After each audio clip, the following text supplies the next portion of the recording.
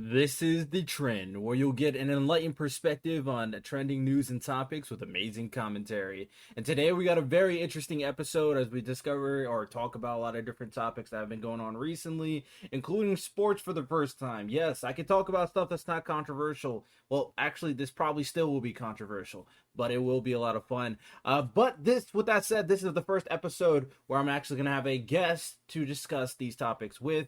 Go ahead, introduce yourself, let them know what you want to be called, and a little bit about who you are too. Hello, my name is Anime Sage, and I've been on RTL's podcast before. You can catch a couple episodes, but I'm here, and we're gonna be talking about a bunch of interesting things, including some NBA players, and our lists are probably going to make you very mad, but who cares? It's our opinion, so Yeah, you know. we shall see. Also, kind of keeping in mind, Sage. I actually don't use my social media name on this podcast. This is a brand new podcast that I made, so all those other episodes we did does not exist. Okay. Yeah, so I'm gonna be calling him Sage here, of course. So we're gonna dive into it. But the topics we're gonna be discussing is gonna be a lot of fun, of course, so to speak. We're gonna start off with Drake's new album that has been come out under fire. We're gonna move on to talk about the NBA, then the fact that Steph Curry just won a championship, yes sir, and end with the important controversial topic of freedom of speech and how this world is going downhill very fast. So we'll discuss all those topics. It'll be a lot of fun. And first things first, I listen to some songs when it comes to Drake's album, but you said you listened to the entire album. So Yep, let me hear. I did. Yeah, let me hear your thoughts. So I listened to this entire album, right? And I was trying to look for a good song. And out of 14 songs, right? My dude Drake went 0 for 14. Like, he literally had 0 points, 0 for 14. He was like Tony Snell out there, just putting in miss after miss after miss after miss. Dude had like 0 points by the end of this entire thing. It was fucking awful, man.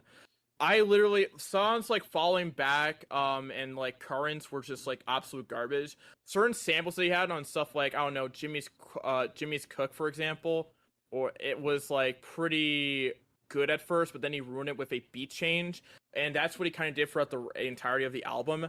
And then there are other songs where he just like ruined great samples with just like shitty lyrics, and where he wasn't even trying to rap, and it was just like it was just an absolute chore to get through, honestly.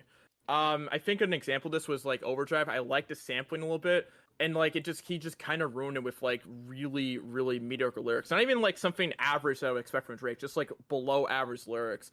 And it's just like, or he would also ruin it with like the fucking autotune effects on his voice, like he did in Falling Back in the beginning, and it was just like so fucking atrocious. I fucking hated this album with a burning passion. I really did. I really did. Oh, fair enough. I will be honest here. I only listened to a few songs before we kind of started the podcast today, and that after the few songs I listened to, they're absolute trash. Like, I'm being honest, they weren't good.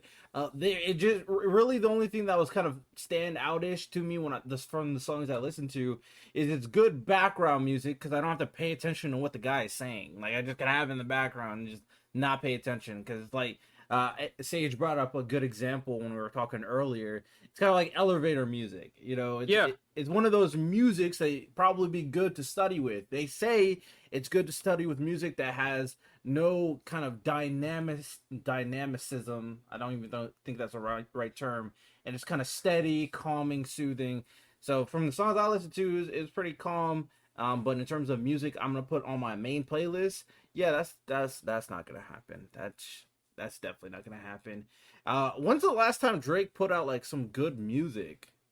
Last time he put out a good album, in my opinion, was probably Take Care. He put out his last okay album was back in, I mean, it was either that collab album with Future or the what was the other album that, it had like Got Everything, I Got Everything. Oh, that was a while ago.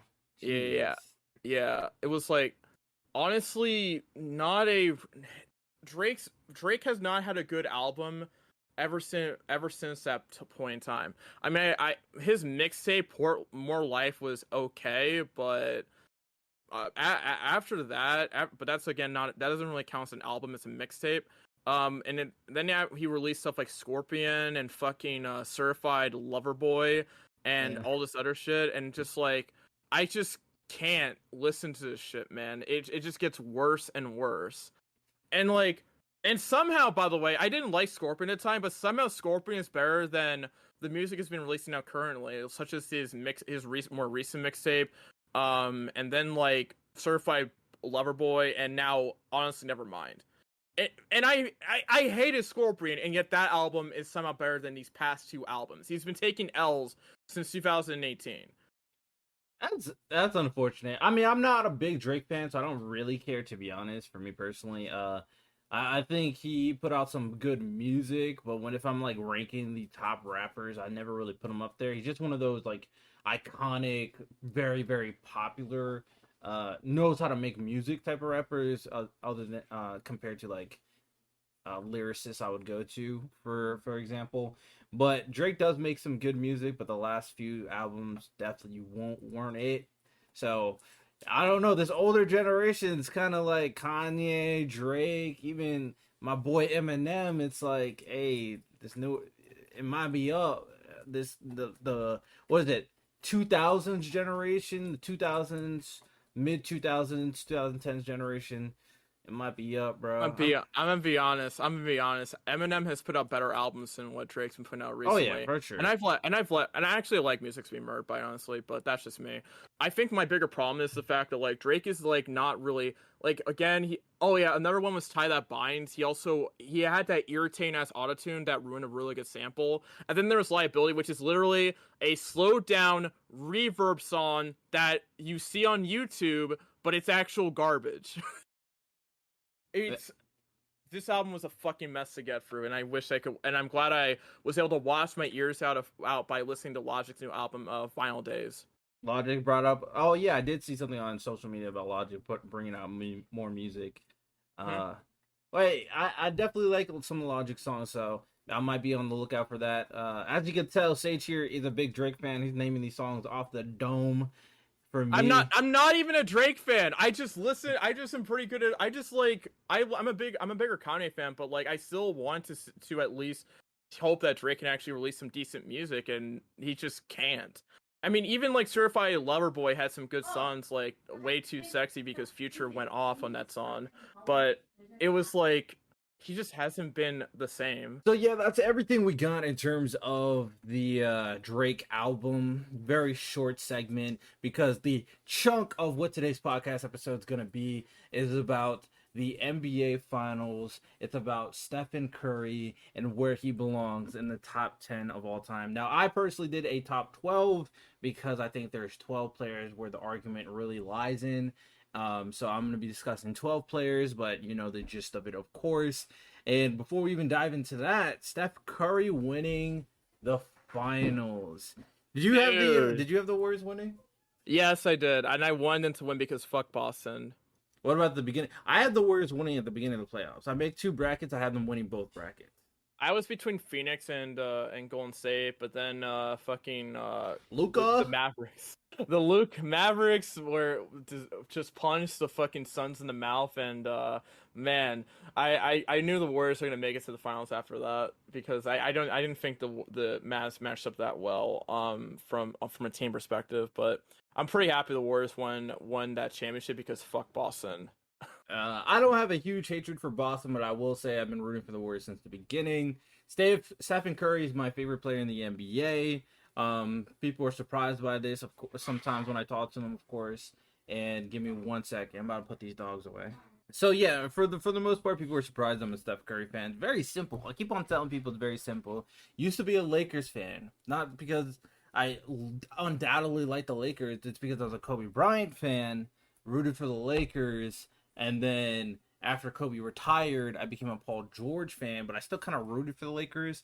Like, I remember the Nick Young Laker days, the Kendall Marshall starting point guard Laker days. I remember those years. Oh my god. Yeah, the Ramon Sessions starting point guard Laker. I remember those years. Trust me, it was hard to watch. But the moment LeBron joined the Lakers, I stopped being a Lakers fan. I don't hate LeBron. I hate LeBron fans, so I'm not gonna root for LeBron if I hate hate his fans. It just doesn't make sense. So with that said, I just rooted for Stephen Curry ever since Paul George kind of flopped like a few years ago and started saying some weird stuff. And I've been riding for Stephen Curry and the Warriors for the last couple of years. And yeah, I was rooting for them. Bro, I'm a spoiled sports fan this year. Not only did Stephen Curry and the Warriors win, but I was rooting for the Rams last year, or this most recent year, and they won a Super Bowl. So I had the Rams winning the Super Bowl, Steph Curry and the Warriors winning the finals. Like, and I'm chilling. I'm chilling right now. Yeah, I've been kind of chill too because I saw the fucking. I was pretty happy for Stafford when he won his reign. And also I was pretty happy to see Boston fans squirm a little bit. I fucking hate Boston. It's a Philadelphia fan. We fucking hate Boston and we hate New York. Fuck those two cities. They can go. They can go fuck themselves. That's fair. I was a New York Giants fan for the most part, but ever since Eli Manning retired, I just haven't been really rooting for the Giants because that organization's so dysfunctional, and they got rid of Odell Beckham, my favorite player in the NFL. And when he went on the Rams, I was ecstatic. I was so happy when he went on the Rams, and that made it much easier. I bet on the Rams winning the Super Bowl in the beginning of the year too, and I was right there, bro. I'm just winning in terms of the sports thing. And with that said, this was a great thing to see for Stephen Curry and the Warriors. I'm so glad he got the Finals MVP, so people could shut up about it. That's the only thing people bring up to discredit Steph is that Finals MVP. Now they can be quiet. I'm so glad. Give him that. Yeah, those people can now fuck themselves because Steph has that Finals MVP and everyone can shut up and start accepting his greatness. Although they'll still find a way to say, oh well, he's not that good. Like fuck off, man. Steph is awesome. Yeah, people will still try to do that. They'll start doing those things where they try to make holes in his legacy, even though most of the things people say is not valid. Like he doesn't show up in the playoffs, not true. He has an amazing playoff stat line. He doesn't show up in the finals, that's not true. He has an amazing finals stat line. He doesn't show up in the fourth quarter, that's not true. He has a really good fourth quarter stat line. So it's like a lot of the things people say is not true in terms of Stephen Curry and his legacy. Like you literally just go look it up. It's just quick research. It's not that hard. But with that said, it's time. Everybody's waiting for this moment. Top 10. Well, I'm gonna do top 12. I did 12 too. Time. All right, this one should be interesting. I personally think there's only 12 players in the NBA that isn't even an argument to be in top 10. After 12, I think it kind of falls off to a different tier, personally. Yeah. Okay. So I'm gonna let them know how I judge my criteria. I try when I'm doing like judgments and lists and rankings and whatnot. What I try to be as fair as possible, and in order for me to do that, try to be as objective as possible. I have a set of criteria that I use and use it consistently for every player. And the criteria I'm using today are the criteria I use to judge NBA greatness, legacies, skills, how good they are on the court in terms of like offense and defense. From this is more of the eye test thing, the eye test. Stats, pretty simple, points per game, rebounds per game, etc., etc. Advanced metrics, that's important nowadays in the NBA, whether you want to agree with it or not. That's the advanced metrics love Michael Jordan. Everything loves Michael Jordan. All this criteria loves Michael Jordan, by the way. It is what it is. Impact, how impactful you are not only to your teammates and to the game you're playing, but to the basketball and the NBA as a whole, because this is greatness. That is a big indicator of your greatness and achievements, championships, trophies, stuff like that. Awards, yeah. I kind of have a similar criteria, though. Obviously, we kind of talked about this a little bit. I do kind of have to look at the context of awards and shit at times, but I only will probably maybe knock a couple points down if you were someone like Steve Nash getting MVPs for no godforsaken reason over guys like, I don't know, Shaq in 2005-06 when his team was a first seed. Or LeBron or Kobe the next year afterwards. I feel like I don't really like Steve Nash I don't like Steve Nash's MVP years, man, because I don't know. That's a discussion for another time. But I have again a bit of a similar criteria. I think I do put a little more of an emphasis on achievements though, because I think that and also the context of the year you played and stuff like that, because one, players can be talented as hell, but there are players that are probably more talented in certain eras, but that doesn't mean that they're better, in terms of like all time rankings, right? We're not gonna Right. put like we could say that like certain guys, like, I don't know, were like Grant Hill. Grant Hill would have been probably like one of the more talented players in the 90s or something like that, and could have been like the next MJ. But we're not gonna put him like top 10 all time just because he had like potential top 10 talent. We're not gonna do that, especially since his career derailed with injuries. And then like others, and then also the era you played in. I'm not gonna put a guy like Bob Cousy in a top 10. Like, no, we're not. Yeah, Mad Dog Russo. Yeah. Yeah. Um Sometimes and especially with like certain eras and shit, like there are certain players that did benefit from playing in a certain era of basketball, and that's my opinion. That's fine. I definitely, and when I'm judging these criteria, I use context. Obviously, I use Yeah. situation because like certain things way more than others. For example, Bill Russell played in an era where there wasn't that many teams, but his achievements is crazy. But he's not as skilled as someone like Kobe Bryant. So you have to weigh it a little bit differently. Kobe Bryant, because he's skilled because he plays at a later era with the advancements of technology and all that stuff. So you got to weigh it a certain way to make it fair for both players when you're comparing them with one another. And I tried to do that when I was judging these players. So with that said, we're gonna dive into our top 10, our top Or 12. 12. Yeah, we both have top 12s. Yeah, and one thing I want to put out all the way, I mean yours might be different, but for me, I think there's a consensus top 3 that Yep. I'm not even really gonna talk about much. And for me, it's Michael Jordan 1, LeBron James 2, and Kareem 3. Yeah. I think that's consensus top 3 for me. Yeah. Yeah, it's gonna be, people are gonna put like LeBron, Jordan, and Kareem in the top 3 order, and nothing's gonna change about that. The rest of the top 12 is probably going to be like very different here, so we'll have to see what happens. Yeah, very arguable. I think for the most part, obviously, because this is kind of centered around Steph. Steph, I think if anything, the highest he can get is 4. I don't see Steph getting any higher than 4 unless he played for like 5 more years than LeBron ever played and played like 30 years or something like that. And maybe he could pass Kareem or something. But all right. So with that said, let's dive right into it. Starting off with our number 12. My number 12 is Wilt Chamberlain. Now, I know people may be going crazy because I'm going to upload this on the podcast, of course. So it'll be on Apple Podcasts, Spotify, Google Podcasts, all that stuff. Also, I'll be uploading on my second channel for YouTube. So you may be going crazy whether you're listening to it or watching the video format. But I have reasoning. Don't worry, I have reasoning. Wilt Chamberlain is great. We all know that he played in an era. There is a little bit more context, as Sage said before. He played in an older area, and it was really Wilt versus Bill Russell for like 20 years for the most part. But when it comes to Wilt Chamberlain, a big thing for me when I looked up everything, his skills are pretty good, but for the most part, he was just like bigger than everybody, so I don't really hold a lot of value in his skills personally. His stats were his biggest thing. Like in terms of basic stat domination, rebounds, points per game, he blows everybody out of the water. So I gave him the stats, of course. Advanced metrics actually do not favor Wilt that much if you look into it. Like in terms of advanced metrics, I compared him to Stephen Curry because that's for the most part I did. I think you can argue whose advanced metrics is better between Steph and Wilt. Impact.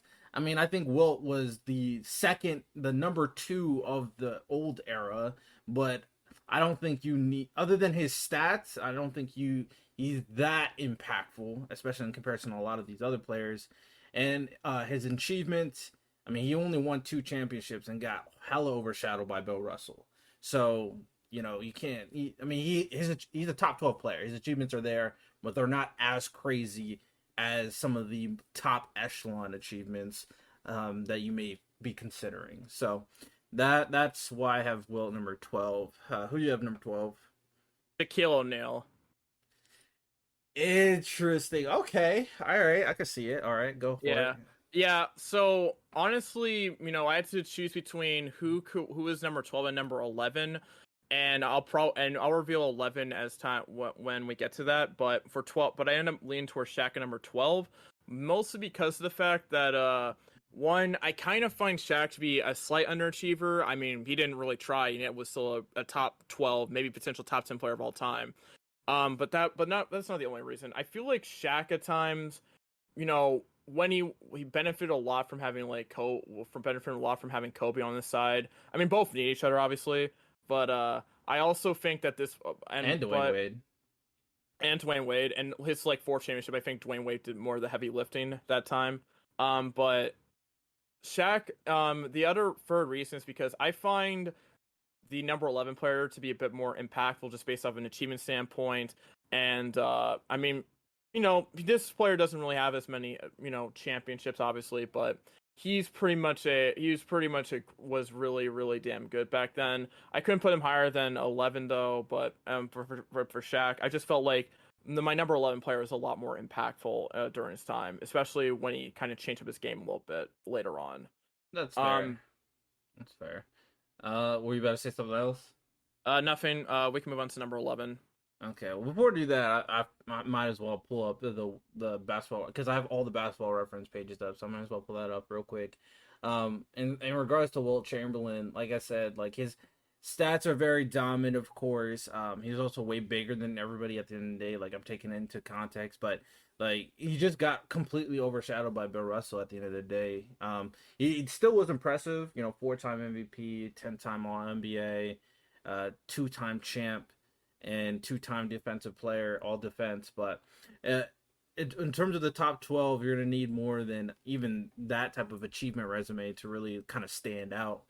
So, yeah, Wilt is 12.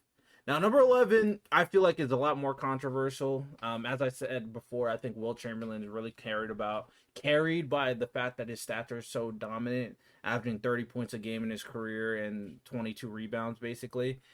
Mm-hmm. But number 11 was a surprise for me. I think a lot of people like number 11. I think a lot of people like this player. I think there's some nostalgia from this player. Super likable.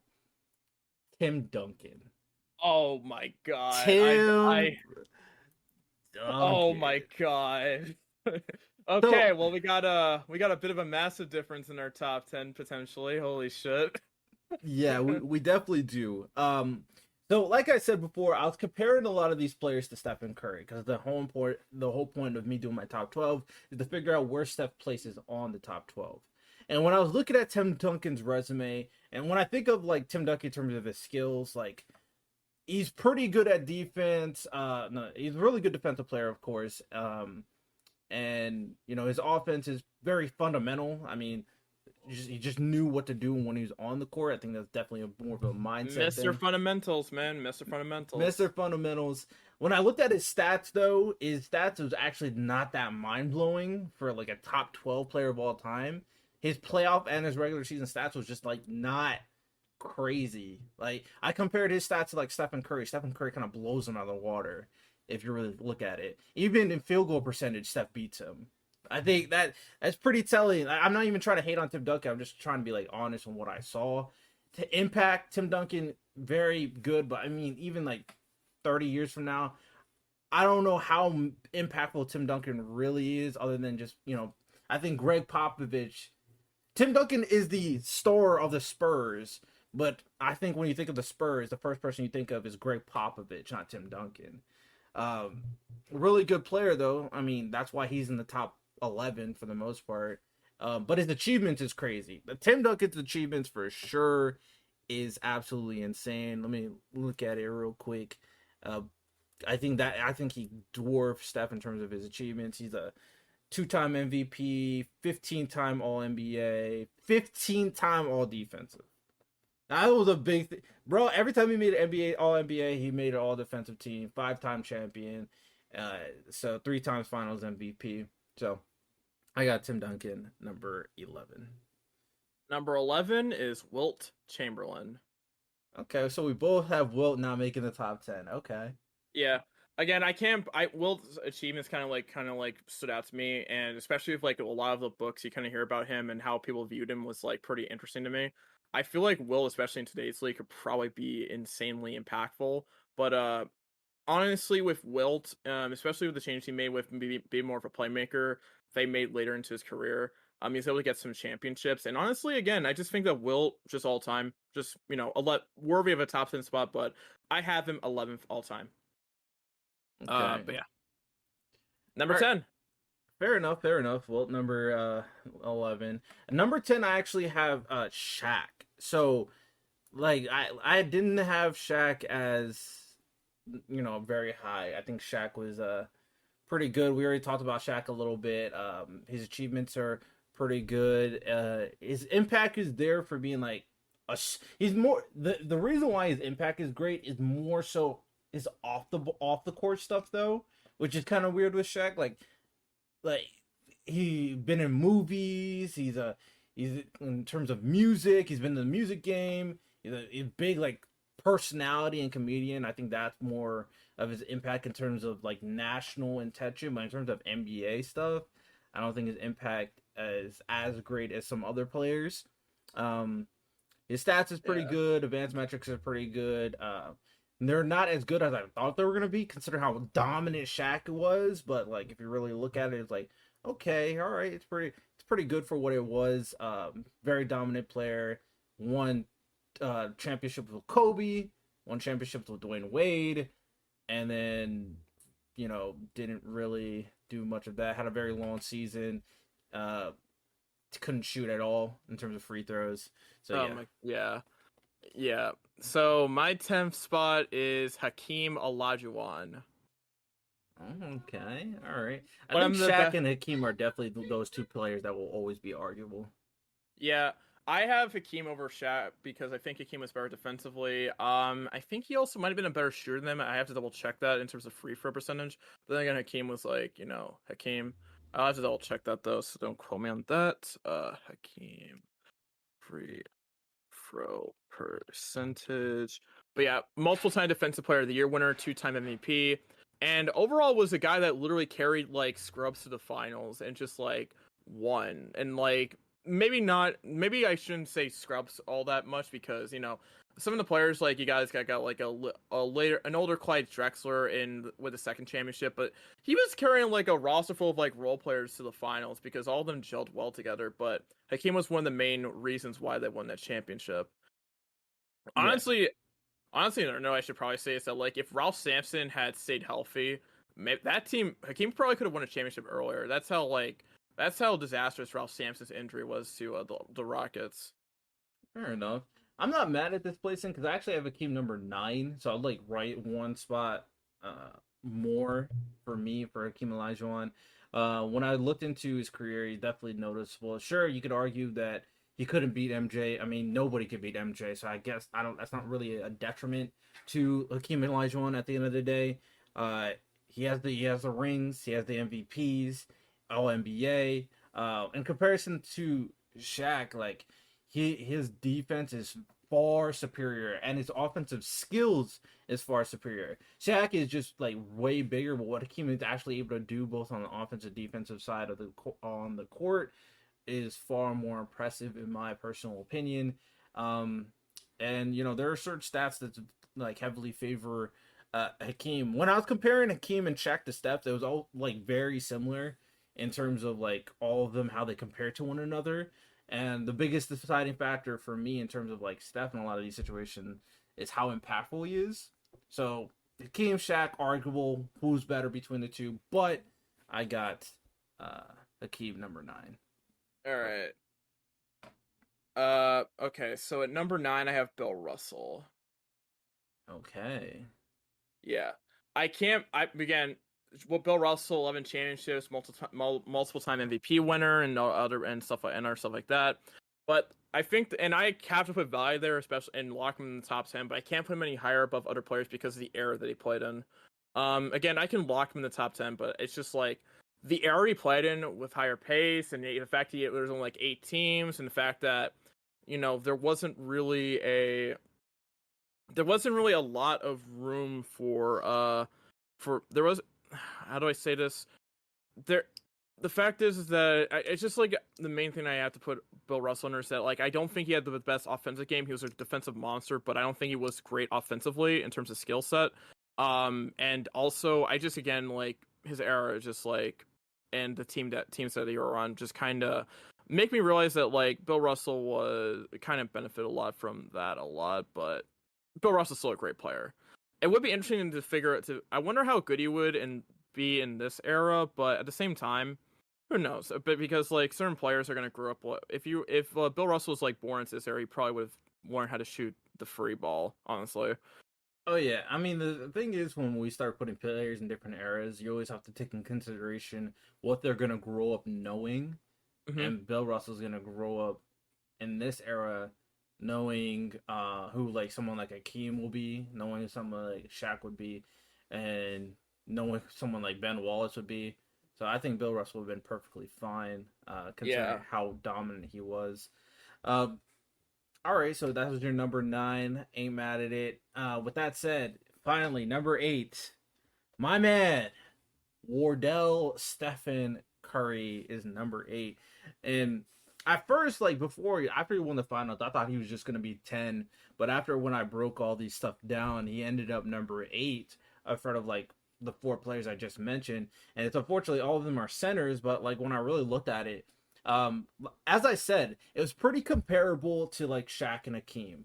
I think their skills were pretty similar, stats was pretty similar, advanced metrics were pretty similar. Like if there's no glaring like differences, I put them pretty much around the same, and even achievements were pretty similar. At the end of the day, between Steph, Shaq, and Hakeem Olajuwon for what they achieved. I also took into context like how many years each player played and what they did in the years they played.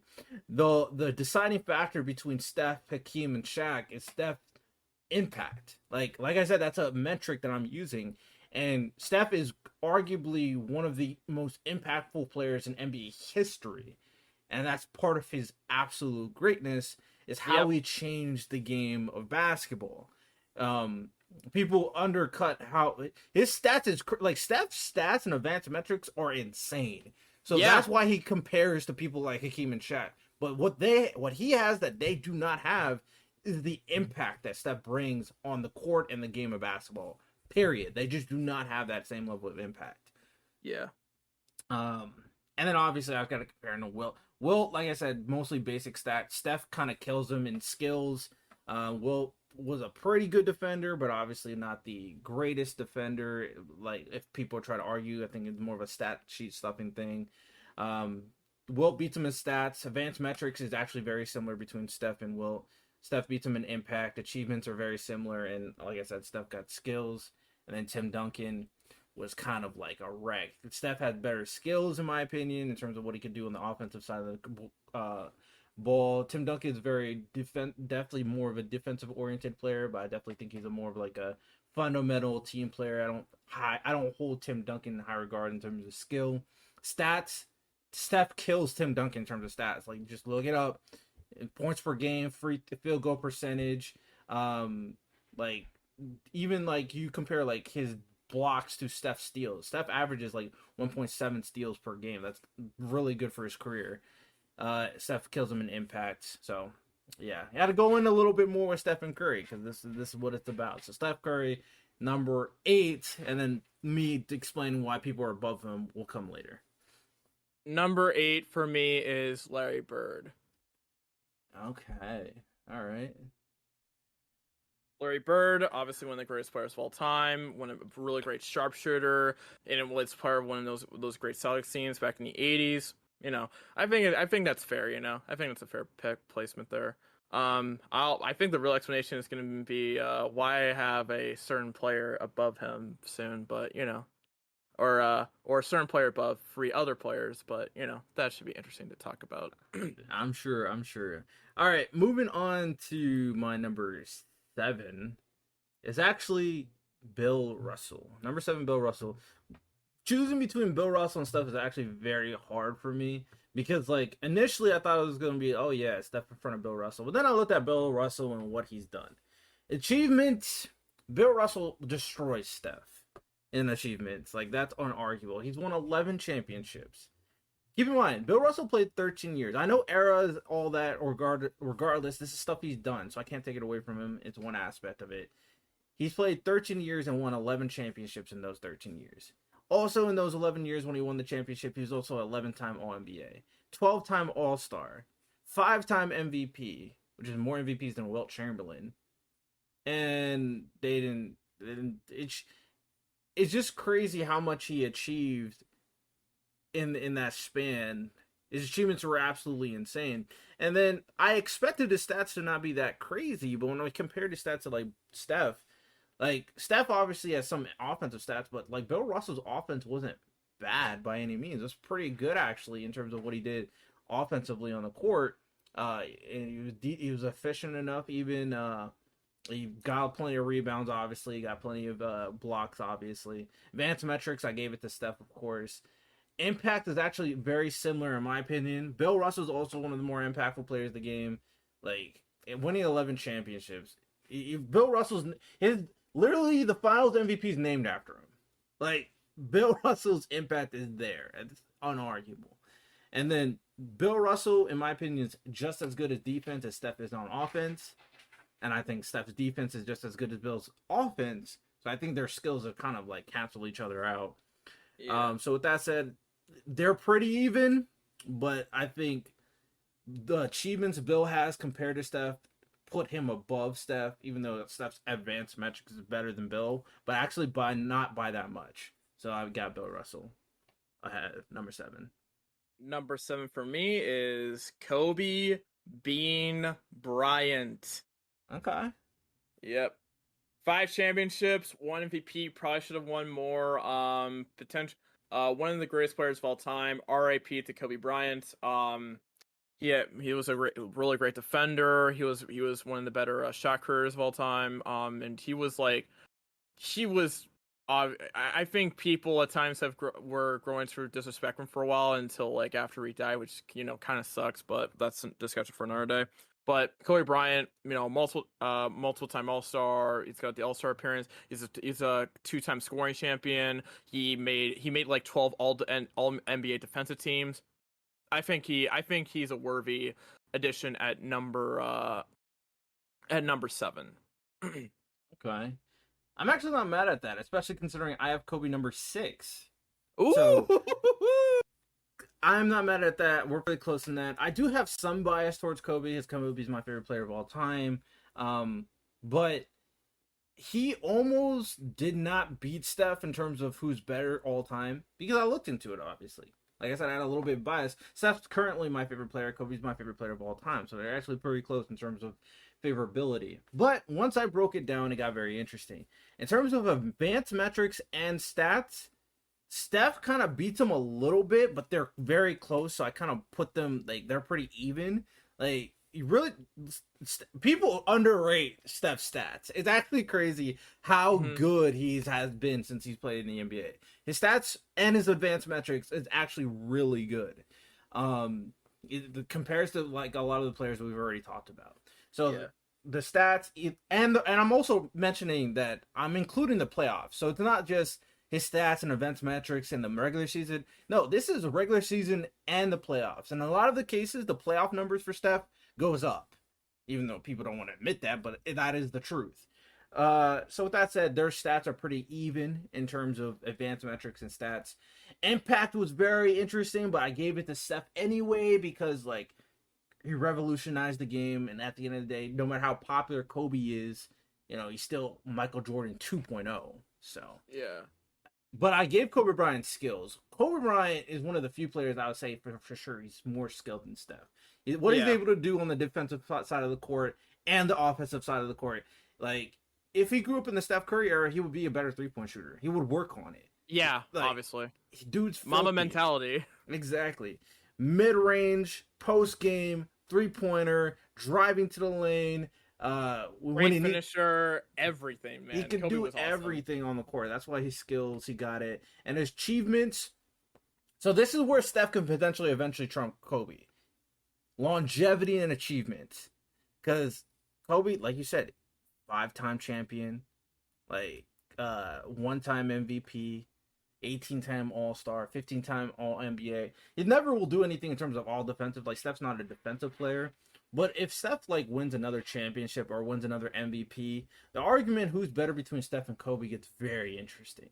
Very interesting, and that's someone who likes for both players a lot. So yeah, I got Kobe Bryant number 6. At number 6, I've got a guy that is I got Magic Johnson as the best Laker of all time, unless you want to count LeBron James.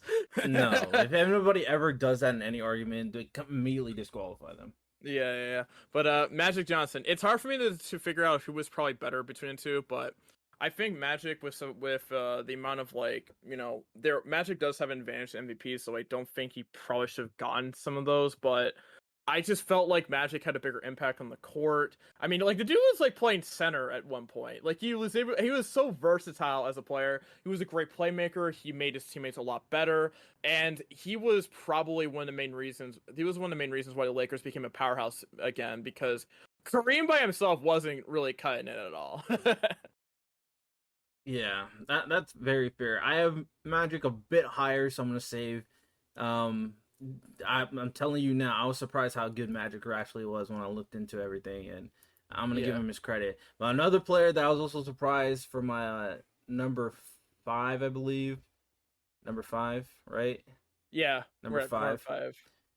Someone who I legit thought I was gonna have him way lower, but number 5 is Larry Bird.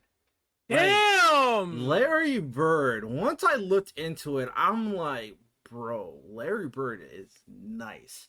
Let's break it down compared to Steph, right? In terms of skills, they're pretty close. I gave him even because Larry Bird is one of the best three-point shooters in his era. His playmaking is elite. And he can actually play defense to a certain extent. Like he's not an elite defender, but he plays it to a good enough extent. And I was absolutely astonished by it. Like Larry Bird's a really good player. Like he can rebound. He's one of those players that could do literally everything. Not as peak as like someone like Kobe or Michael or LeBron, but he can do everything on the court. And when it comes to his stats are really good. Like I gave him better stats than Stephen Curry, and it is what it is. Their points are literally identical. They both, for the regular season, guess how many points that they literally average the same amount of points. 24.3. Steph and Larry Bird. It's actually insane. But then you look into other numbers. Larry Bird destroys him in rebounds and beats him in assists. And their steals are actually really close. The efficiency is makes things interesting because the three-pointer wasn't as valuable back then, but obviously Larry Bird was a good three-point shooter despite that. For his era, and even the playoff numbers are very close with Larry Bird winning because he was a better rebounder, better assister, and their steals were very comparable, and even the free throw shooting was very comparable. Like in terms of stats, I gave it to Larry Bird. He just had better stats than Stephen Curry all around. Advanced metrics, very close, arguable either way. Impact, I gave to Steph, obviously. And then achievements, Larry Bird got that too. He got the achievements as well. You know, he won what you call it, 3 championships, even though Steph won 4. He won 3 MVPs, 2 Finals MVP, 3 All Defensive, and 10-time All NBA. He only did 12-time All Star. He played 13 years, didn't make the All Star 1 year, and didn't make the All NBA team 3 years, whereas Steph didn't make the All NBA 5 years. So I took all that into account, and I gave it to Larry Bird. He's actually way better than than I expected. So Larry Bird number 5. You're gonna be shocked at who I have at number 5. Wardell Steph in Curry. All right, I love Steph's my favorite player in the NBA. I don't think he's top 5. That's crazy. That's crazy, bro. I think I'm a little bit recency bias, but all right. Dude, I think I said before the finals. I said before Game 6 that if Stephen Curry won this finals and especially got MVP, I would put him ahead of Magic. Look what happened. But Stephen, let's take a look. Let's do a comparison of Stephen Curry. First off, he's the first unanimous player of all time. That's very clear here. He Unanimous won MVP. two back-to-back MVPs in 2015 and 16. Obviously has his NBA Finals MVP. Obviously, arguably, actually, objectively should have two because Iguodala should not have won that. He was a two-time free. He was a multiple-time scoring champion 2 times. A guy like Larry Bird didn't have a scoring champion at all. I mean, I don't really count that. I mean, especially since they average the same amount of points in their career. He was also a steals leader in 2016. Also a member of the 50-40-90 club as well. Bird has an advantage there as well. Curry, a 8-time NBA All-Star. A couple of those years were when he got injured, but he was still one of the best of all time. And also a multiple-time All NBA for All NBA selection 7 times. And also now we can. I wonder if we should count like Western Conference MVPs. I wouldn't, but like. No, yeah, you can't. You legit just can't do that. You can't count that shit at all. You can't count that shit at all. Nah, you can't count that shit. Also, you need to take into account like Steph played 13 years, and so did Larry Bird, and Larry Bird achieved more. Yeah, but I would argue that Bird was on a team that was getting better, or at least has more pieces. While Curry was on a team that kind of was moving on from the We Believe squad. But that's something I feel like there's a comparison. The comparison isn't really that fair. No, I think it's perfectly fair because then we're just starting to put an asterisk on the team you join, and I don't do that personally because you can do that for every player. I'm not saying to like. Well, because in terms of because you have to go based on his play. At the end of the day, he played 13 years, and 10 of those years he was the All NBA player. I mean, I think that's fair as well. But at the same time, I would say that while I would say hold on a minute, I'm trying to think. While I would agree with you on the fact that like I'm not someone that wants to put asterisks on there, but I'm just saying that like it's not really fair to like make that a knock against Steph because Bird was on a team. Well, it's not a knock against Steph. I'm just saying Larry Bird achieved more in the same amount of time. I can see where you're coming from there. I can see that. Steph also had his injuries early on in his career as well, so that's something that we have to take into account. Bird unfortunately had the back injuries later on in his career, which probably would have been mitigated if Len Bias had lived, but that's another story for another day. Yeah, I mean, for me personally, if you're injured, then I'm not going to give you the benefit of the doubt because of it. If you're injury prone, you're injury prone. That's kind of your fault. I still love Steph, but if you didn't play, then that's on you. You gotta like also let's see.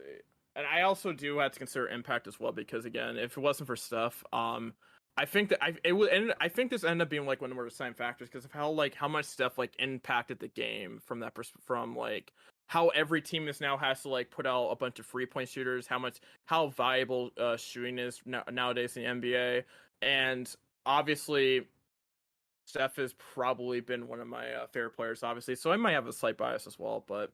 That's fine. I mean, I have a bias too, and I agree with the impact situation. But for me, when it comes to Stephen Curry, like I think it's fine that he's not like that high now because he's probably gonna play another like 6 years, and then he's gonna trump Larry Bird, he's gonna trump Kobe Bryant in those 6 years. So he's just gonna go up from my position.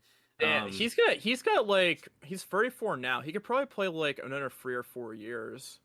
Yeah, and I mean, his shot shooters shoot for a long time. So, I mean, Vince Carter played to like 43. Dude is old. Yeah. So, you never really know in terms of Stephen Curry, how long he wants to play. And, I mean, next year, I doubt he's not an All-NBA. So, he's going to get another All-NBA next year. He's going to keep on getting I think the guarantees he'll keep on getting All-NBAs. He'll keep on getting All-Stars. The question is, will he keep on getting like MVPs and championships? Those are the question. Like his stats will keep on going up, but the thing for me for like Stephen Curry, for him to like solidify going in front of a lot of people like immediately is continuously winning like MVPs and championships, and that's how he's gonna keep on going up for me. Which ones? Finals MVPs or or other MVPs? I mean, if he wins an MVP, normal MVPs is a very strong one. I mean, if he wins a championship, there should be no situation ever again where Stephen Curry should not win Finals MVP. So Yeah. I count it the same.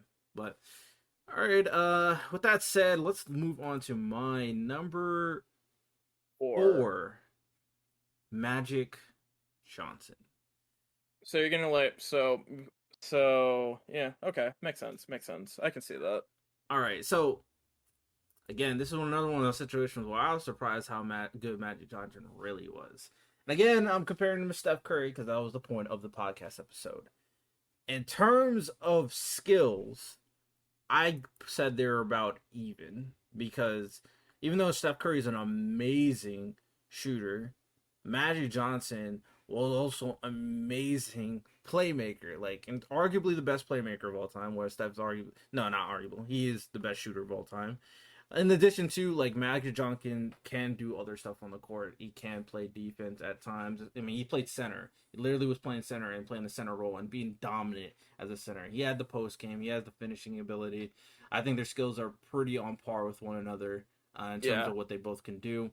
In terms of the stats, Magic Johnson, in my opinion, kind of blows Stephen Curry out the water for as of right now. Even though Steph Curry averages more points, Magic kills him in rebounds. Magic kills him in assists. Obviously, he's not a shooter, but Magic is, pretty efficient in the 2-point range, and he's not a bad free throw shooter either. He's like 84% at the free throw line, insane. So yeah, I think what he's able to do overall in terms of stats was better. In terms of achievements, I got Magic Johnson over Steph as of right now. Magic Johnson also played 13 years just like Steph, and he's a 10-time All-NBA, 12-time All-Star, 3-time MVP. So he has more All-NBAs than Steph right at the same amount of time. He has more MVPs than Steph in the same amount of time. He has more championships than Steph in the same amount of time, and he has more Finals MVPs than Steph at the same amount of time. When it came into advanced metrics, they're pretty similar in terms of advanced metrics when it comes to regular season, postseason. Impact, I also have them very similar. Even though Steph Curry revolutionized the game of obviously, I think Magic Johnson's also very similar in how he revolutionized the NBA player. A big guy who can play make and guard multiple positions and play multiple positions, and someone who's he was one of the beginning superstars of NBA history.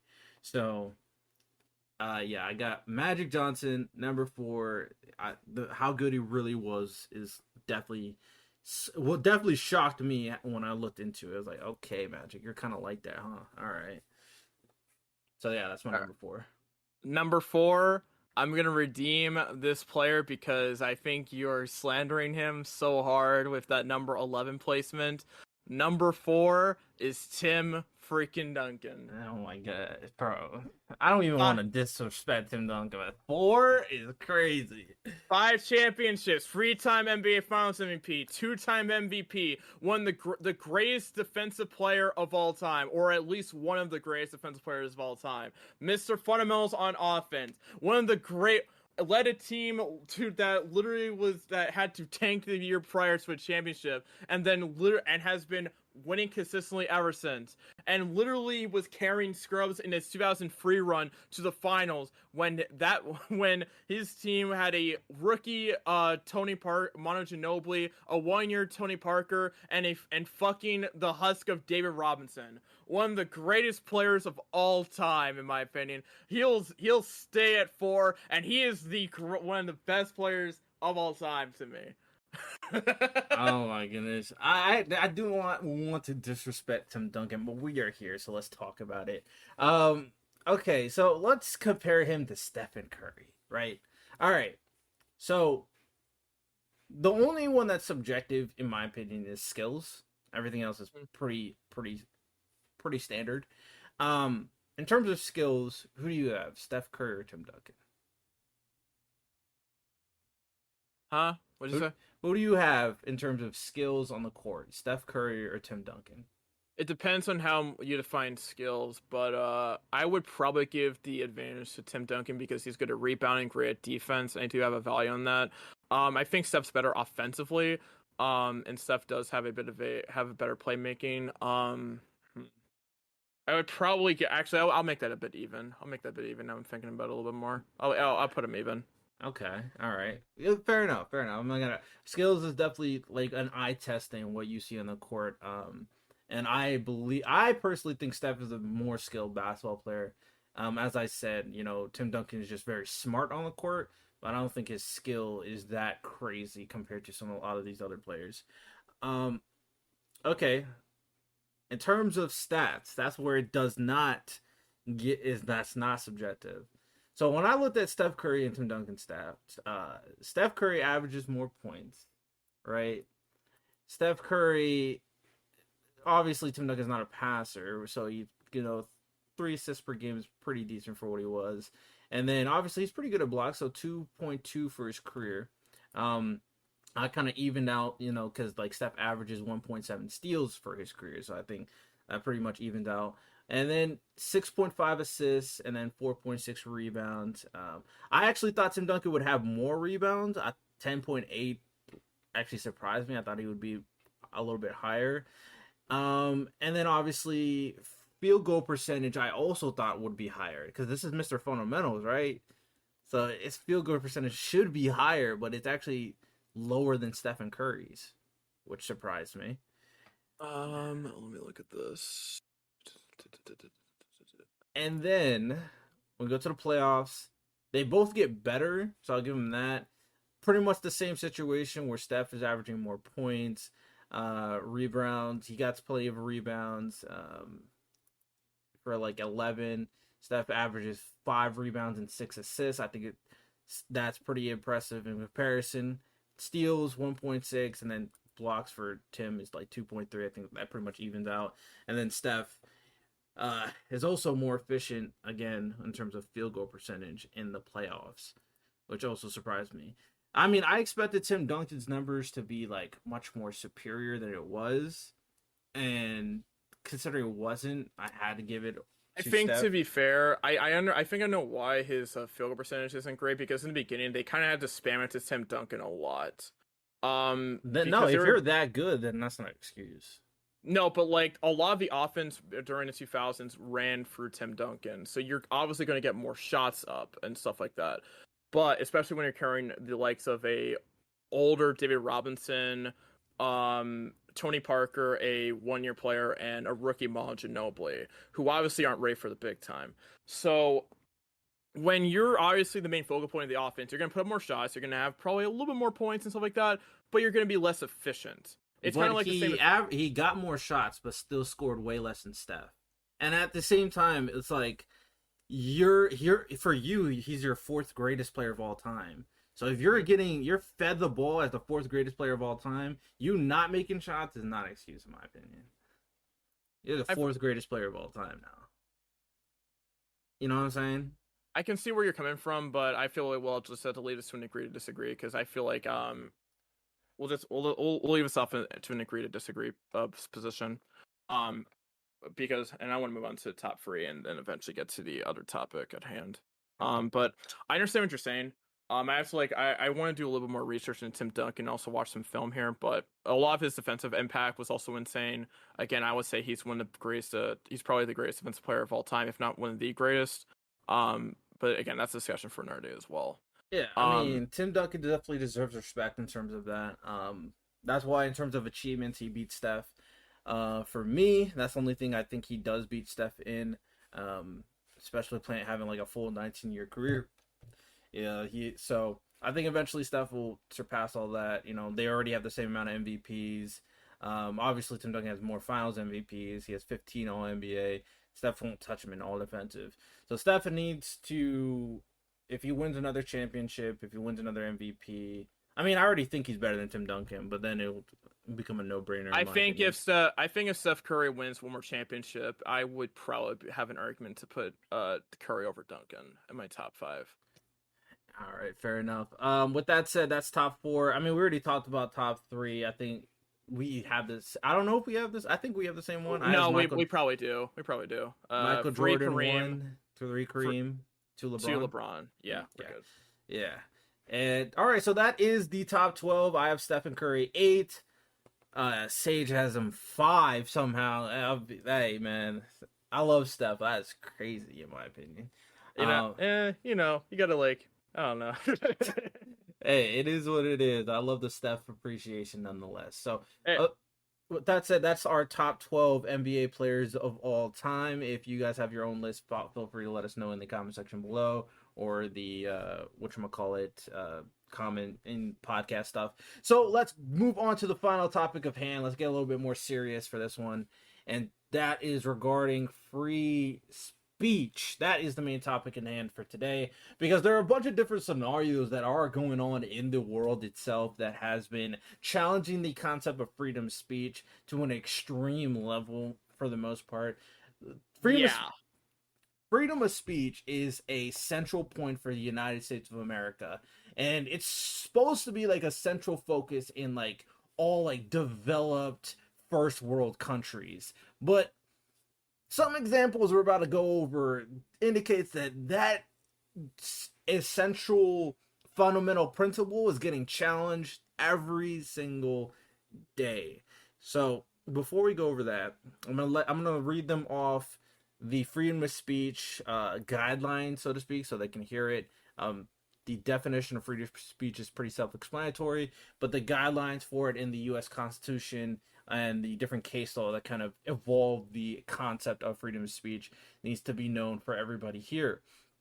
So, with that said, in terms of freedom of speech, things that does include it indicates not to speak, which means like your right not to say anything, your right not to do anything is included. Students to wear black armbands to protest a war. You know, if you want to symbolize something and wear something that is part of freedom of speech. The use of certain offensive words and phrases to convey political messages. You want to cuss someone out, go for it. To contribute money under certain circumstances to political campaigns. I believe this is just like donations and stuff. Advertise commercial products and professional services, ads, whatnot. Engage in symbolic speech, such as burning the flag in protest. It's not illegal. You can do it if you want. And then, in terms of things that it does not include, indicates it does not include to incite imminent lawless action, so obviously violence and stuff, to make or distribute obscene materials, to burn draft cards as an anti-war protest, to permit students to print articles in a school newspaper over the objections of a school and administration, and to be a little bit more specific, this is like trying to incite pretty terrible things into the school, going against the school laws, trying to out someone's personal information, stuff like that. Students to make an obscene speech at a school sponsored event, and of students to advocate illegal drug use at a school sponsored event. And the last thing I want to mention before we I'll let Sage kind of talk about it is also if you are in a private sector and working for a private business, you are not under the constitutional freedom of speech in that sector or business. So that the freedom First Amendment does not apply the same way being in a private sector. Some people need to know that. Some people do not know that. Now you know. So, anything to say in regards to those explanations? Yeah. All right. So the first thing that we do want to talk about here is C11, which is coming out of Canada. So the bill, I don't, if anyone has been keeping up with posts from people like Mudahar, you kind of will be familiar with this bill, but in case you're not, Well, C11. before you go into that, just to give a little bit of context, because I talked about Canada a few times and talked about how crazy Canada is getting recently, and then you can go into the law that the new thing that they're trying to do. So yeah. I've talked about it many times that Canada is wild. I used to think Canada was like the place of like the kind people, but bro, Canada is low key entering into a state of government control to a dangerous level. And some of the things that I talked about that I'm going to reiterate here and then kind of put the nail in the coffin with the most recent thing that happened is obviously Canada. One of the incidents relatively recently is enacting a law where if you misgender someone, that's a criminal offense.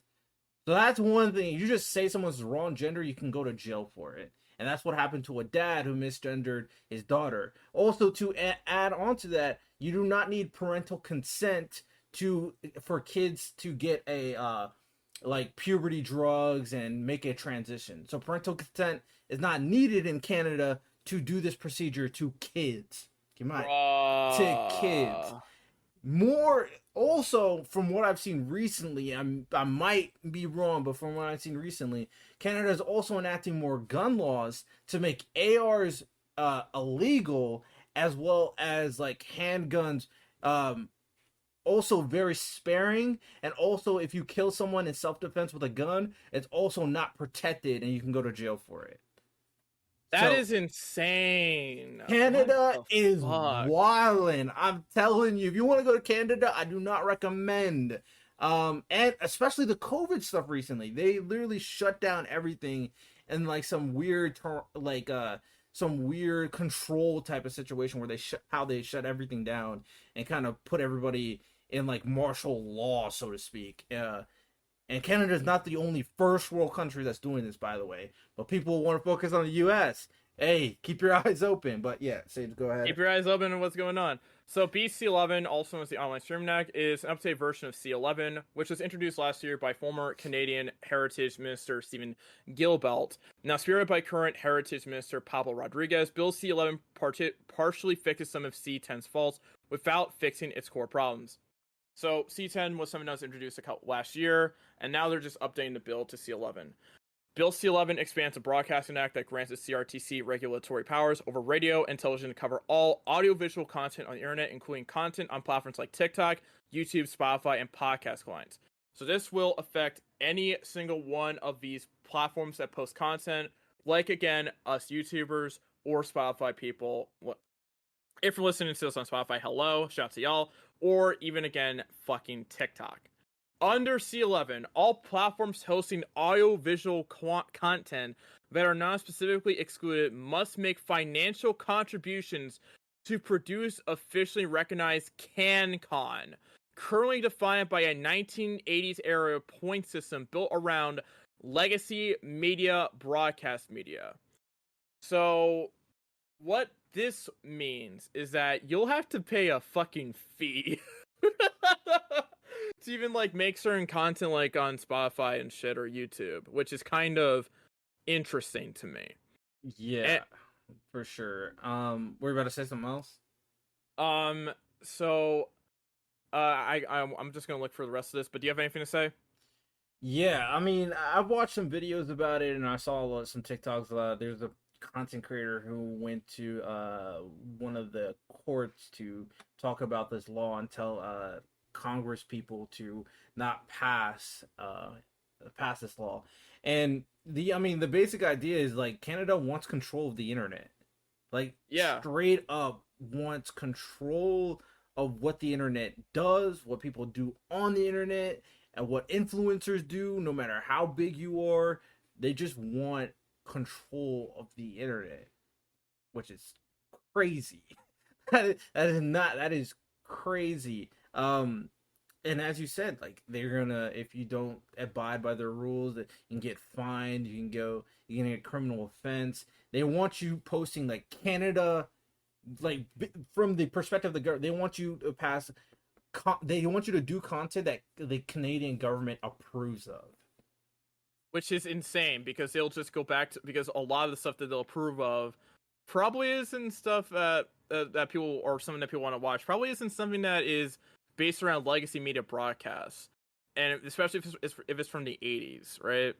So that's a bit of a problem. Yeah, I mean, just think of China, like the amount of censorship China does on its people, and Canada's going in that direction, especially since Canada is very, as of right now, very liberal. You know, they passed a law of you misgendering someone, you go to jail. So that basically indicates that if you don't do certain things on the internet, in terms of their liberal agenda, you will go to jail. You will get fined. And some people have argued that that might even play into the aspect of religion, saying you won't be even say your own religious beliefs, because obviously some religious beliefs do not agree with the aspect of trans or LGBTQ. Yeah. And then Canada's like, I don't care what your religion is. This is what you're gonna do, and it's crazy. Yeah, that's just kind of like insane to me, honestly. And then like a couple of other things that on the article that I'm reading about this entire thing. It will the thing that C11 will affect, it will see less content that you probably will want the most. According to the government, BC11 will increase visibility for some officially recognized Canadian content creators, but their tool for doing this is manipulating playlist feeds and algorithmic recommendations. This means that the CRTC will be picking winners and losers, forcing some officially recognized content up in feeds and recommendations while downranking or hiding other content we'd otherwise see. So that means that legacy media and shit like that, they'll have their shit pushed up even further, while independent creators, well, they'll get fucked. Yeah. The Canada definitely is going to be playing into the companies and organizations, media outlets that favor their own agenda. Obviously, you know why that is dangerous. Like another example, Russia right now, they're pushing agendas in the Russian country, the country of Russia, to make sure that the people in Russia do not know what they're doing in Ukraine. That is literally the equivalent of what Canada wants to start doing in their own country, and they're not even in a warlike situation. Regardless, it's unexcusable, but Canada is just doing like crazy stuff right now for no reason. Yeah. And honestly, again, it's just like people like for some reason, and people just don't even understand how how much of a piece of shit Justin Trudeau is. Like that dude like fucking bothers me. But that's just me, I guess. I mean, maybe I'm crazy because maybe I'm crazy, but Justin Trudeau's a piece of shit in my opinion. I don't know anything about him personally, but the laws he's trying to enact is stupid. Like, yeah, he's trying to take freedom of speech. He's trying to push a liberal agenda. He's taking their guns. Like, you just got to go back in history because it looks like they're trying to make a socialist country. There's not a single example of a socialist country that works. So, bro, like, Canada's also way too big to be anything like that. So, I remember when people were talking about how Venezuela was like the real place of the American dream, and then that shit just went down the toilet. Venezuela is doing horrible as a country right now. And by the way, the person who said that was fucking Bernie Sanders back in like the early 2010s, I think. Yeah, and I like Bernie Sanders. I'm not even, for me personally, I'm not a conservative. I'm not a conservative. I'm not a liberal. I'm pretty moderate. I have values on both sides. There are some like socialist values that I think you need to consider.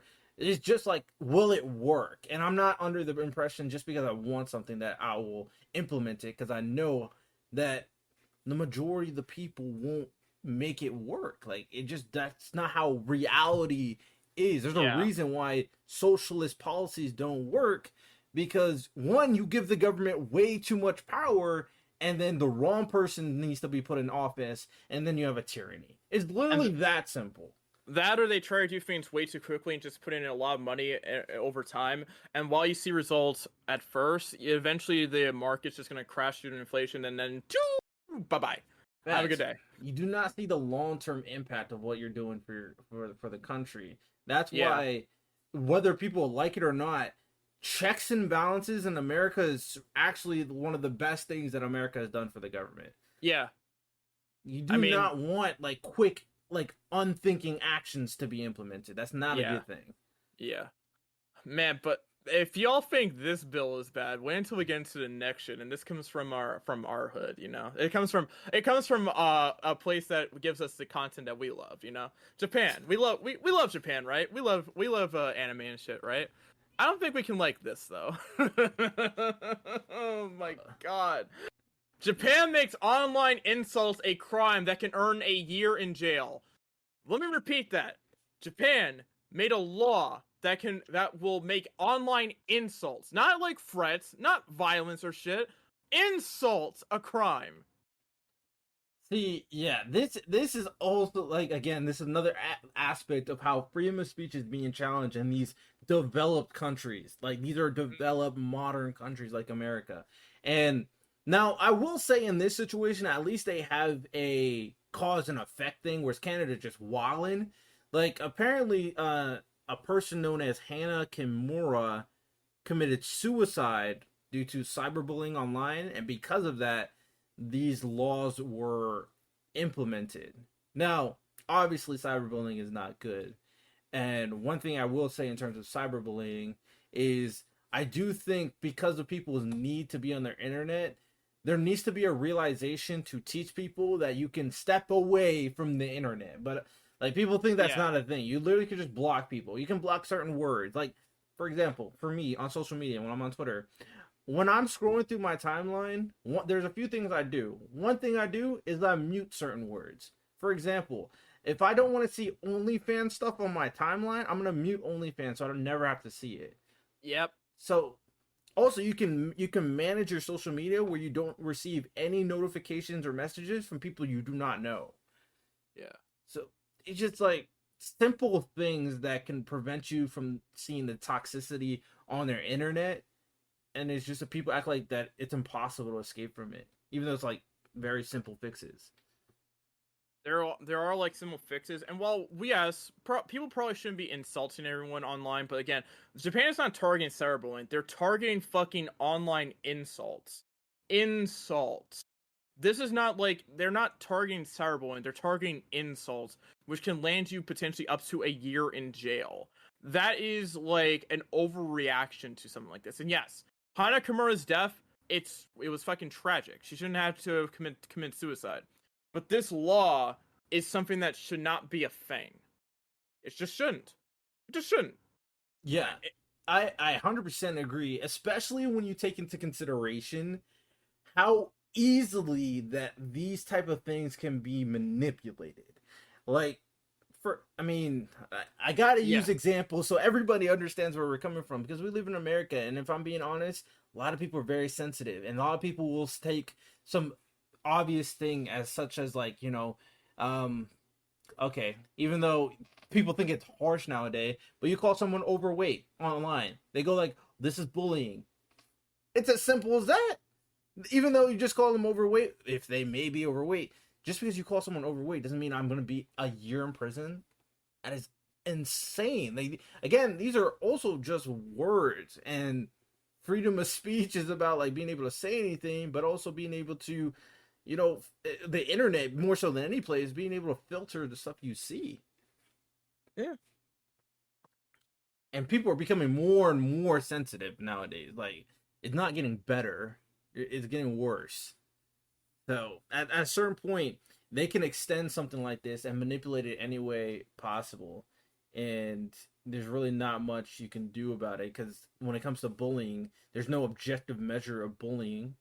There's like, hey, this person said stuff that hurt me. It's kind of what happens when you're in a first world country because you don't have any real issues like other countries do. So you have to like make up issues as you go along or just find issues everywhere. Because like every in like first world countries you're like either well fed, you don't really have to worry about the problems like other third world countries have to. But then you see a lot of these people like create these like issues for themselves at times. And obviously there are still issues in first world countries. I'm not going to deny that. But sometimes like when you're bored because you live in a first world country, there are people who are going to be less than reasonable at certain points. Yeah. And my biggest thing, like if I'm being like trying to attach some semblance of emotion to this situation, is yeah, if we lived in a perfect utopian society, then yeah, I would like banning people from being like apparent like very visibly negative, toxic, and a hateful human being would be a good thing for society as a whole. But unfortunately, based on human history, it's not that simple, and it just doesn't work that way until proven otherwise. Because in a lot of these situations, when we do stuff like this, where we give the government this type of power, we soon very quickly realize that in the moment you give them a certain precedent of power, they take that and run with it. And unfortunately, when it comes to government systems, like we're not gonna have a person that's gonna be immortal, who's a good Samaritan that's gonna live forever and just make sure that everything goes right for the country. You give No, them an inch and they'll take a fucking mile. exactly. They'll go from oh yeah, no bullying to Canada. Oh yeah, I'm gonna control everything you say on the internet. Yep. And That then easy. people like wonder why these policies are a thing when they voted for some of these individuals. It's that easy. That's why when a lot of the things that are told or said about the U.S. And like the policies that people want to implement in the U.S. Uh, government and the country of the America and all that stuff, I always try to like make people realize that sure it would be ideal at the end of the day. It would be ideal to have a society like let's bring it to the Second Amendment, for example. It would be ideal to have a society where we do not need guns. Like I don't even own a gun. Like I'm not a big gun advocate. That's just not me. It would be ideal if we can live in a country where we don't need guns and we don't have to worry about that. But in realism, in reality, and how the world actually works, one, taking away the guns has always followed up with tyrannical rule and slaughter of the people. That's literally happened in every tyrannical government, in every tyrannical situation. The moment they took all the guns away, something bad happened. I'm not saying that's going to happen in America, but the moment you have a corrupt government, then that can happen very easily. And Yeah. then two, obviously, that there are scumbags in the United States of America that will get an illegal gun anyway, and the precedent of gun violence has not been deteriorated, and the mental illness situation in America has not been deteriorated either. So if we take people's guns but don't fix this issue, that's going to even be worse. Yeah. So that's what I'm saying. People are not taking into account like it's not as simple as this. There are a number of factors to take into account. There when it are comes to many these factors when it situations. comes to like certain things, like to anything, but people just like want to focus on one issue and be like, "Oh yeah, that's how everything's gonna go away." No, that's not how it goes. Yeah, because oh, with that said, we got to move to the final article, the final piece of information, because this is relevant to America, right? Japan is SpaceX. wilding, Canada's wilding, America's wilding too, right? So this is the last situation. It involves the social media, of course. It involves the man, the myth, the legend, Elon Musk. So Elon Musk has definitely turned some heads recently in social media. He's acquired Twitter and has an agenda, and for Twitter becoming a platform primarily for freedom of speech. He's also come to fire because he's made it known that he does not like the woke community, and he's becoming more of a Republican based on his values. And a lot of people on the left and the Democratic side do not like that. They are unhappy. Keep in mind, they are not happy about this. They are not happy at all about this. So they're pretty pissed about that. So when they find like the amount of, which is funny about this, Sage, is Elon Musk literally said, "Now that I've told you guys this, I know that you guys are gonna come after me." And what happened afterwards? They come after They him. came after him. It's literally right on cue, bro. We know how these people act. Like it's there. We have human history to prove this. It's not something we pick out of the sky. Like these are stats. There's human history, and in this specific situation that we're going to talk about, Elon Musk fired some employees that were creating a letter and getting people to sign this letter in regards to Elon Musk and saying some of the things he did on the internet that they didn't like, and talking about how he handled stuff. So they're basically talking about their boss behind their back and getting more people to agree with the idea that their boss what he's doing is stupid. Basically, is the basic idea. So, what do you think about that, Sage? So this entire situation was insane. So like the entire thing was started with like the employees like putting out a letter which was supposed to be criticizing Elon Musk, and then people are like going around saying that like like, oh my god, the violation of free speech. But it comes out by SpaceX and COO Gwen Shotwell that the reason why was because the employees were trying to force them to sign a letter, make it intimidate them, bully them, and they were trying to pressure them to sign this letter when they didn't want to. Thanks. Now here's the thing. Go ahead. Here's the thing. If that is the case, if that is the fucking case, you don't want to know what you want to do. You know what you're supposed. You know what? That's a great reason to fire somebody.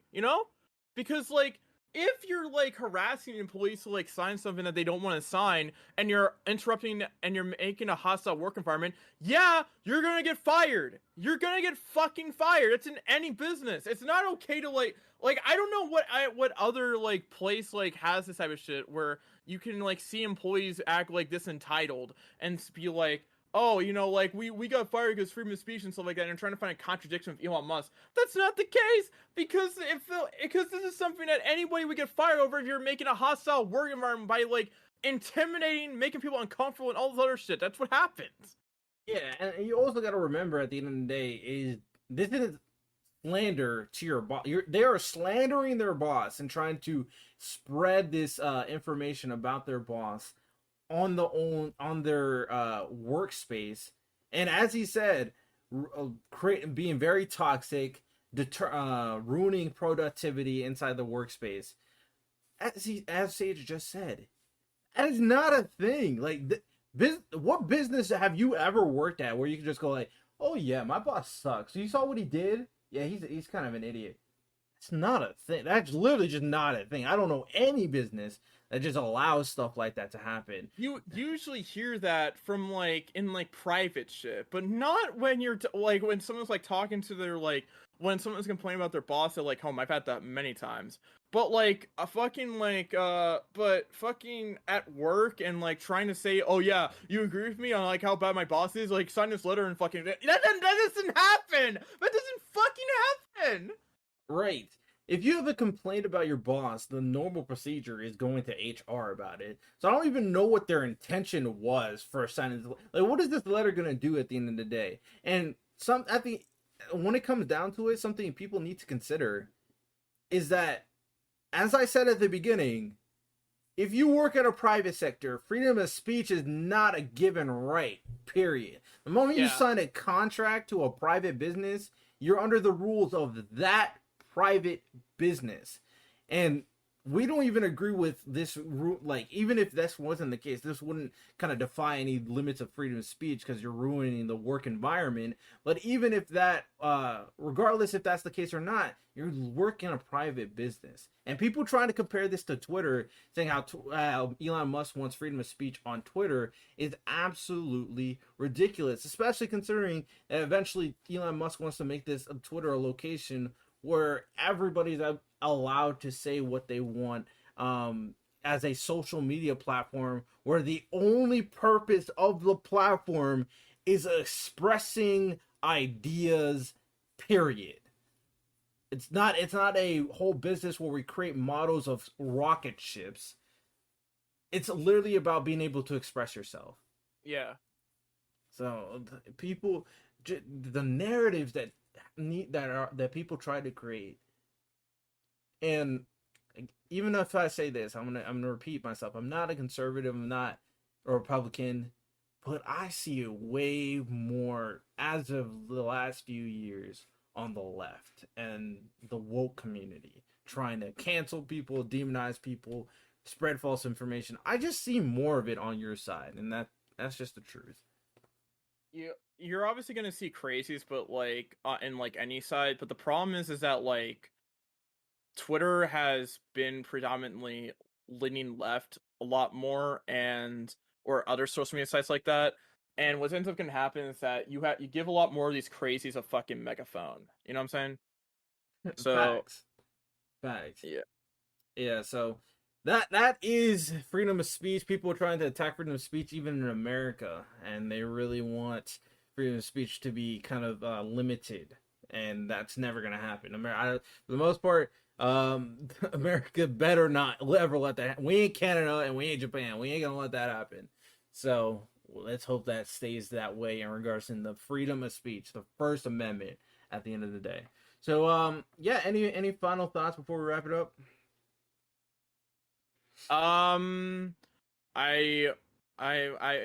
This is a fun time, honestly, and I hope, and I'm watching right now hoping that my Phillies can steal a win, but right now I'm kind of nervous right now, but yeah, besides that, this is a fun podcast, so yeah.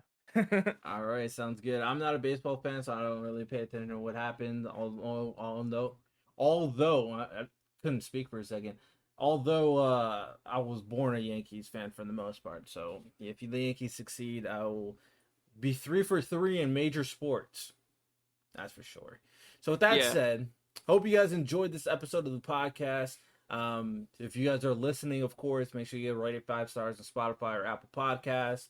And if you're watching on the YouTube channel, I don't even know if this segment will be on the YouTube channel, but if you want to go to the YouTube channel, feel free. The YouTube channel is called The Trend with Riddell Lewis, which is moi, your host.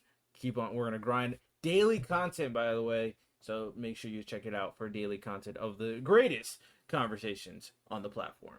So, hope you guys enjoyed, of course. Y'all have a good one. Take care, and peace.